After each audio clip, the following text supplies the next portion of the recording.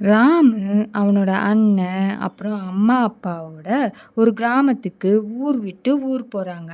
அங்க ஒரு இடத்த விலைக்கு வாங்கி, அங்க ஒரு குடிசை அமைச்சு, அவங்க குதிரை, மாடு, ஆடு, கோழிகளுக்கு ஒரு கூடாரம் அமைச்சு, அது கரடி, நரி, முயல், மான் வாழுற காட்டுப் பகுதியா இருந்தாலும், சுத்தமான காத்த சுவாசிச்சு சந்தோஷமா வாழ்ந்தாங்க. ராமுக்கு அப்போ வயசு 8. அவங்க அப்பா கூட சேர்ந்து ஆடு, மாடு, கோழிகளுக்கு உணவு போடுறதும், குதிரைக்கு லாடம் கட்டுறதுன்னு உதவி பண்ணிட்டு இருப்பான். அவனோட ஆசை எல்லாம் ஒரு கௌபாயா ஆகணும்னு தான்.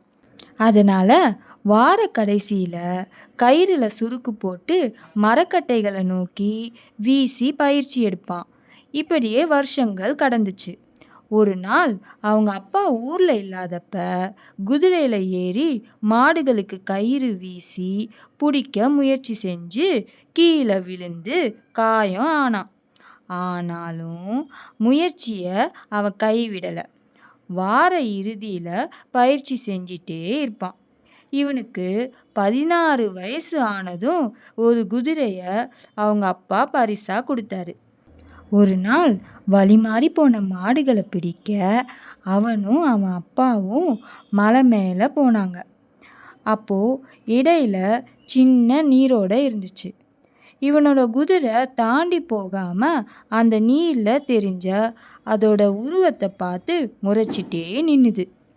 இவன் அதோட வாலை முறுக்குனதும் அந்த ஓடையை தாண்டி வேகமா ஓட ஆரம்பிச்சுது அந்த குதிரை.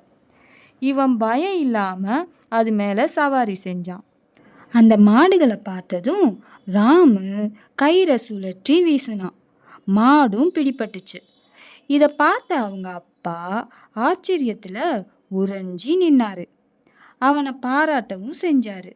அவனுக்கு முறையா பயிற்சி கொடுத்து பல மாடுபிடி பந்தயத்துல பரிசும் வாங்கினான். இதுல நமக்கு தெரிஞ்சுக்கிட்ட விஷயம் என்னன்னா, நம்ம ஆசைப்பட்டா மட்டும் பத்தாது. அதுக்கான முயற்சியும் பயிற்சியும் எடுத்துக்கிட்டே இருந்தா, அதுக்கான நேரம் வரும்போது தன்னால நம்ம ஆசைப்பட்டதை நம்ம அடைவோம். மீண்டும் வேறொரு கதையில் சந்திப்போம். நன்றி, வணக்கம்.